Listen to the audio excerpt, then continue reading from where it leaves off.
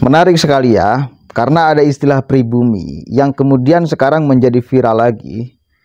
Saya lupa dulu itu pernah sempet rame ternyata ketika kemenangan Anies di Pilkada DKI Jakarta 2017 ya. 2017 ketika mengalahkan Ahok, dan Anies memakai kata kemenangan pribumi di dalam pidatonya, dan itu sempat rame. Dan itu yang membuat salah satunya Ahok sangat jengkel sekali karena kalimat itu sangat memecah belah. Itu ya. Kenapa menjadi menarik? Karena sekarang sudah 2 tahun ini fenomena pribumi melawan imigran Yaman. Ada itu ya. Dulu Anies juga, apakah dia pribumi asli? Imigran juga kan sama. Yaman juga kan sama kan Anies tuh. Kita belum ngeh ke sana. Belum ngeh ke sana, Saudara. Nah, sekarang viral lagi ucapan Ahok. Lagi rame lagi urusan salah satu yang menyebabkan dia tidak mau mendukung Anies. Biar Anda tahu juga, kegagalan Anies di dalam Pilkada DKI Jakarta maupun Jawa Barat salah satunya adalah Ahok. Jadi jangan melayangkan playing victim bahwa ini akibat kekuasaan. Padahal urusan diusung PDIP ya, itu di sana ada Ahok yang sangat tidak mau Anies diusung oleh PDIP. Bahkan Ahok mengeluarkan pernyataan siap mengembalikan KTA, kartu tanda anggota dia sebagai kader PDIP bila PDIP mengusung Anies. Begitupun sama Puan Maharani yang tidak mau Anies kemudian dicalonkan oleh PDIP. Jadi di dalam tubuh PDIP ada beberapa faksi. Itu ya. Ada yang memang mau mencalonkan Anies. Kenapa? Biar paham dulu. Nih, di sana ada Ahok yang tidak mau sekali Anies kemudian dicalonkan karena luka lama yang dia tidak sembuh sampai sekarang. Dan ini pernyataan Ahok yang lagi rame sekarang.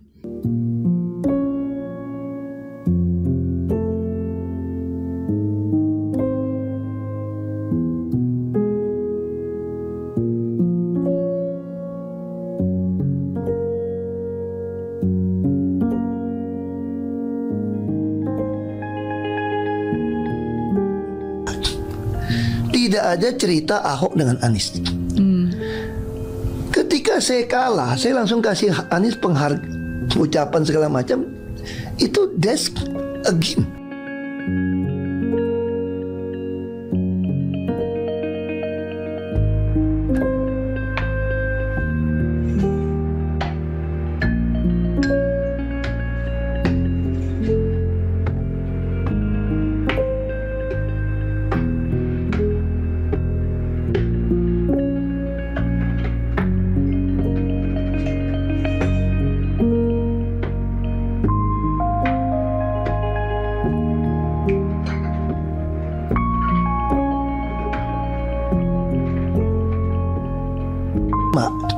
Ketika Anda menang, Anda pidato memecah belah bangsa.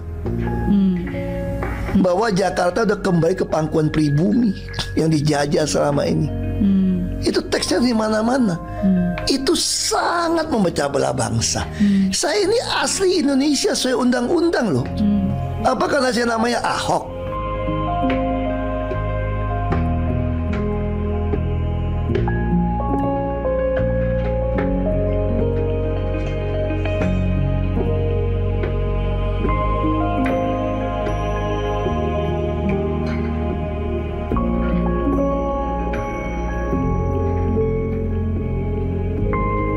Jelas ya. Itu statement Ahok yang sekarang kembali ramai. Masih ingat kan momentum itu? Sempet dulu itu oleh Kick Andy lah. Anies diwawancarai masalah pribumi. Dan yang namanya si jago kata-kata pasti punya jawaban. Ini dengarkan biar lengkap, biar lengkap. Saya tetap mengejar Anda dengan pandangan-pandangan curiga dari orang-orang yang tidak menginginkan Anda menjadi presiden. Ada satu momen di mana mereka bilang sebenarnya Anda ini berbahaya sekali. Karena Anda memecah belah umat. Ini kembali sedikit ke belakang ya. Ketika Anda baru saja dilantik menjadi gubernur, Statement pertama Anda adalah ini kemenangan pribumi yang selama ini dijajah. Kenapa harus ada keluar statement pribumi? Apa pesan yang sebenarnya ini ingin Anda sampaikan hari itu? Ini adalah salah satu contoh lagi, Bang. Bagaimana sebuah kenyataan digaungkan dengan pesan yang beda. Saya boleh baca lengkapnya ya, Bang ya. Itu apa statement itu. Sebentar. Saya baca, Bang ya. Dua bagiannya. Pertama, di ibu kota harus hadir keadilan sosial bagi seluruh warga Jakarta. Jadi saya udah bicara keadilan sosial ini dulu, bukan sekarang nih.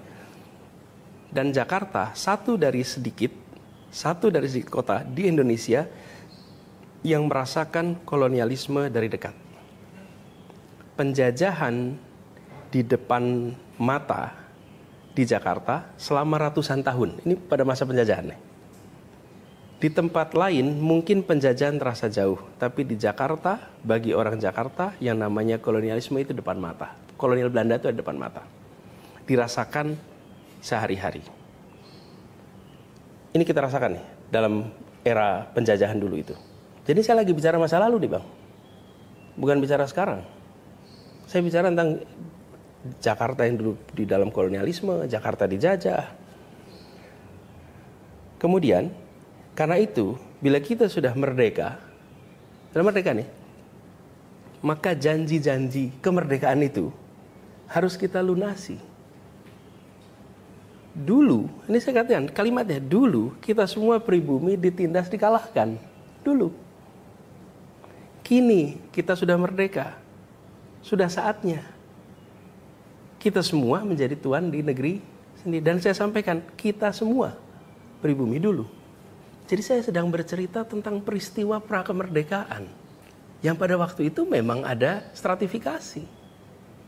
Tidak sama sekali, tidak bicara tentang kemenangan pribumi, sama sekali tidak ada. Ini bicara tentang masa itu. Mereka yang tidak percaya dengan penjelasan Anda ini, ya, karena Anda dibilang gubernur yang pandai mengolah kata, Anda mengambil spesifik statement itu dengan merefleksikan apa yang terjadi di zaman penjajahan, itu menjadi ada konteksnya ketika yang Anda hadapi dalam kompetisi adalah Pak Ahok yang keturunan Tionghoa. Sehingga orang tidak bisa lagi melihat apa yang Anda sampaikan sebagaimana yang Anda maksudkan. Ini adalah simbol-simbol pernyataan Anda bahwa Tionghoa adalah penjajah, sekarang pribumi yang mengambil alih kota Jakarta. Itu kan bisa diartikan seperti itu pesannya. Oke. Jadi menarik sekali. Karma Ahok itu benar-benar nyata. Karma Ahok. Ada gak yang membayangkan dulu Anies bakal sosolotokan mencari suaka bantuan dukungan dari PDIP? Hampir nyaris saya kira tak terbayangkan dulu. Sekarang kejadian, Anies cari suaka ke PDIP agar kemudian dirinya diusung. Di pingpong, kasihan. Kemarin saya katakan, bak seperti bola. Dari Nasdem dilempar ke PKB, dari PKB dilempar ke PKS, dari PKS dilempar ke PDI. Dari PDI dipingpong dari Jakarta ke Jawa Barat. Kasihan sekali, asli kasihan. Nasib Anies tuh kasihan betul. Itu karena ketengilan dia ya. Efrija itu mengatakan ya karena ketengilan Anies. Sehingga ya merasa besar, merasa elektabilitasnya tinggi. Dan tanpa bukti sebetulnya. Di Jakarta elektabilitasnya tinggi, faktanya tidak mencalonkan secara pribadi kok. Kalau kemudian merasa elektabilitasnya besar, udah aja nyalon secara pribadi. Ngumpulkan 600.000 itu kan gak susah kalau memang elektabilitasnya tinggi. Oh ada kok satu pasangan yang mandiri kan di Jakarta. Dan Anies tidak melakukan itu. Artinya dia tidak bisa mengkonsolidasikan, kurang baik, tidak baik menjadi pemimpin lah. Dia tidak bisa mengkonsolidasikan yang dianggap basis masanya. Begitu saudara. Jadi kembali lagi istilah pribumi dan non pribumi ternyata dihangatkan pertama kali oleh Anies Rashid Baswedan ketika kemenangan dia di DKI Jakarta 2017 melawan Ahok. Seolah-olah menganggap bahwa Ahok bukan pribumi, Anies pribumi. Padahal kalau mau dikatakan pribumi dan non pribumi, keduanya pun sama.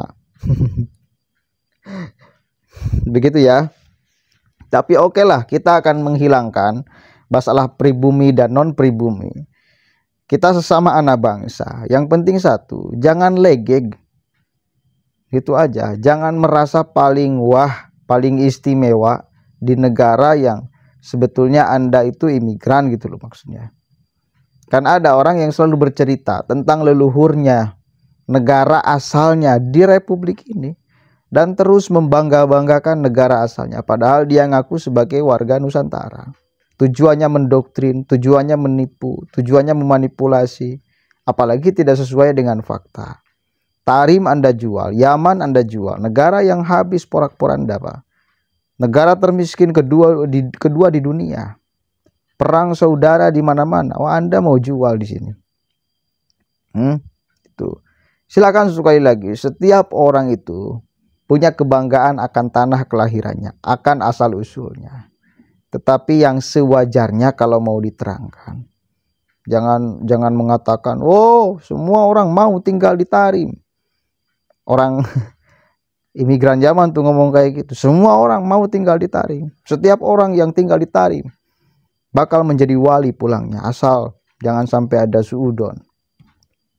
Dia ngomong kayak gitu. Padahal dia katanya udah menjadi orang Indonesia dan masih jualan di sini. Dan bullshit itu ucapannya, saudara. Berdoa di WC di Tarim itu dikabulkan. Mana paten, Pak? Itu bullshit pasti. Silakan Anda banggakan tanah kelahiran Anda di republik ini. Yang penting sekali lagi sewajarnya. Dan jangan ada unsur-unsur penipuan. Ini kan unsur-unsur penipuan pada akhirnya.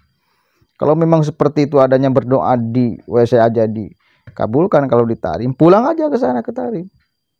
Kan nikmat, enakan hidup di Tarim. Semua pengen orang kemudian tinggal di Tarim. Udah aja kalian pulang. Kan gak mau. Kan lebih enak di Indonesia. Jujur aja. Banyak muhibin di sini dan lain sebagainya. Masih banyak orang yang bisa dibodoh-bodohi gara-gara urusan nasabnya, kan itu. Ya jujur aja gitu loh. Jangan kemudian menolak fakta itu. Semua orang ingin tinggal di Tarim. Pulang. Nah, kenapa makanya kita menggunakan lagi istilah pribumi? Karena Anda tidak sopan. Coba kalau Anda sopan di sini. Menghirup udara Indonesia nyaman bareng-bareng gitu loh ya. Berbuat damai, tidak memprovokasi, tidak memecah belah, tidak jualan penipuan negaranya, asal negaranya, dan lain sebagainya. Udah. Kita menikmati sama-sama alam udara Nusantara, kedamaian Nusantara, persahabatan Nusantara, dan lain sebagainya. Kan itu. Jangan membanding-bandingkan seolah negara ini adalah negara lebih buruk daripada Tarim, padahal faktanya Tarim lebih buruk daripada Indonesia. Itu fakta, bukan opini.